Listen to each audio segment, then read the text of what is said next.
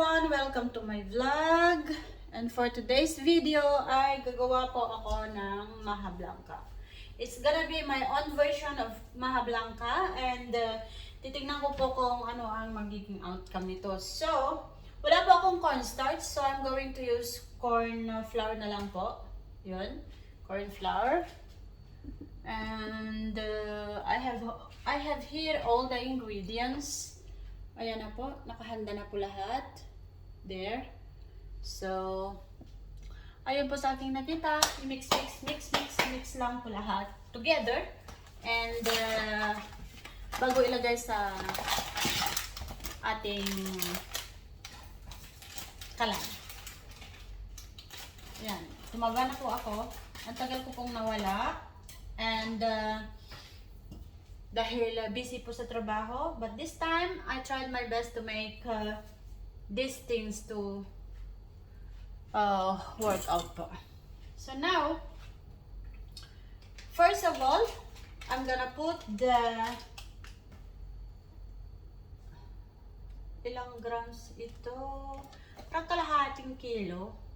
Okay, oh actually it's 400 grams na corn flour. Hindi ko na po yun yung iba nilalagyan pa po sa strainer, but for me hindi ko na po gagawin yun to save my time kasi I still have to go to work din po. So let us do this.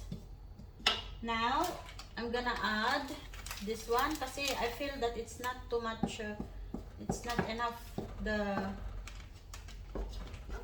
okay. I want it very tasty kasi.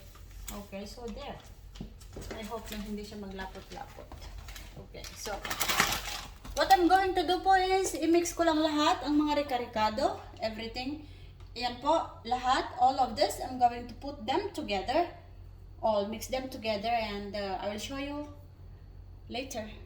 Okay, see you later guys. So guys, ito na po yung pinaghalo-halo ko ng mga sangkap. I hope na kasya po yung tubig niya, na hindi siya tumigas kaagad. Otherwise, dadagdagan ko po siya ng kahit milk lang. Nakalimutan ko pong bumili ng milk, pero sana still okay kung ano po. Ayan. Ngayon ko lang siya apoyan and I have to mix it continuously po, constantly, para hindi po siya dumikit and masira. Okay, I will give you update a little bit later guys. Ganyan lang po siya, halo tayo ng halo hanggat po lumapot. Ganyan lang. So, hindi ko po alam kung ilang oras ang gugugulin ko dito, pero sige lang. Tingnan na. Guys, ito na po siya. Ayan na po. Malapit na po siyang maluto. At itra-transfer ko na po siya dun sa lagayan.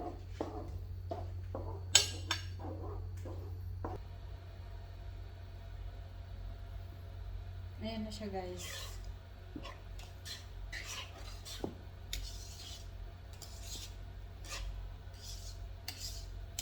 Malapit na po siyang maluto. Sana po ay maging successful ito kasi first time ko pong gumawa at napakarami po. Ayan po siya. After 1,000,000 minutes, ayan, ready na po siyang ilagay sa aking mga hinandang lagayan. So, sandali lang po at ating titikman na. So guys, papakita ko na po sa inyo yung aking finished product and handa na ba kayo? Yan, papakita ko na po.